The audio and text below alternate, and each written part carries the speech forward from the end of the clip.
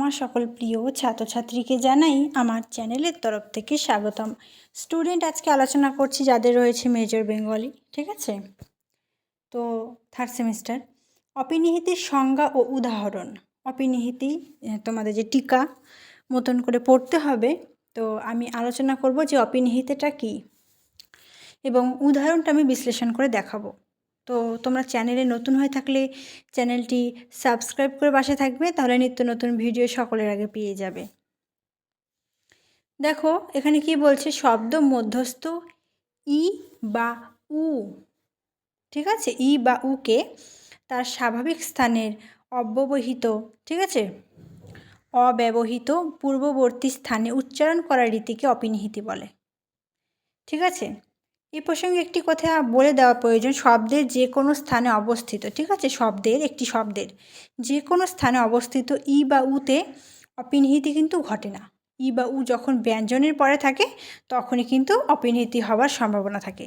তাহলে তোমরা বুঝতে পারলে। এবার আমরা জানব অপিনিহিতি কথার অর্থ। অপিনিহিতি কথার অর্থ হলো পূর্বে স্থাপন, ঠিক আছে, আগে স্থাপন করা। অপিনিহিতিতে ই বা উ স্বরকে পূর্বে স্থাপন করা হয়। বর্ণ বিশ্লেষণের মাধ্যমে আমরা এখন অপিনিহিতির ধারণাটি স্পষ্ট করে বুঝে নেব, ঠিক আছে। তো অপিনিহিতি কি? পূর্বে স্থাপন, ব্যঞ্জনের পূর্বে স্থাপন।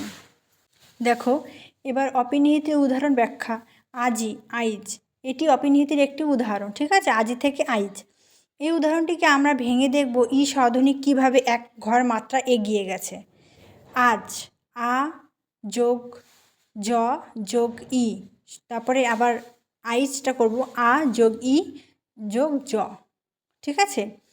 বর্ণ বিশ্লেষণের দ্বারা দেখা যাচ্ছে ই স্বরটি কিন্তু এক ঘর এগিয়ে গেছে। অপিনিহিতিতে ই বা উ স্বর এক ঘরের বেশি এগোবে না। আরও কয়েকটি উদাহরণ বিশ্লেষণ করে দেখি, যেমন দেখিয়া, দেইখা, ঠিক আছে।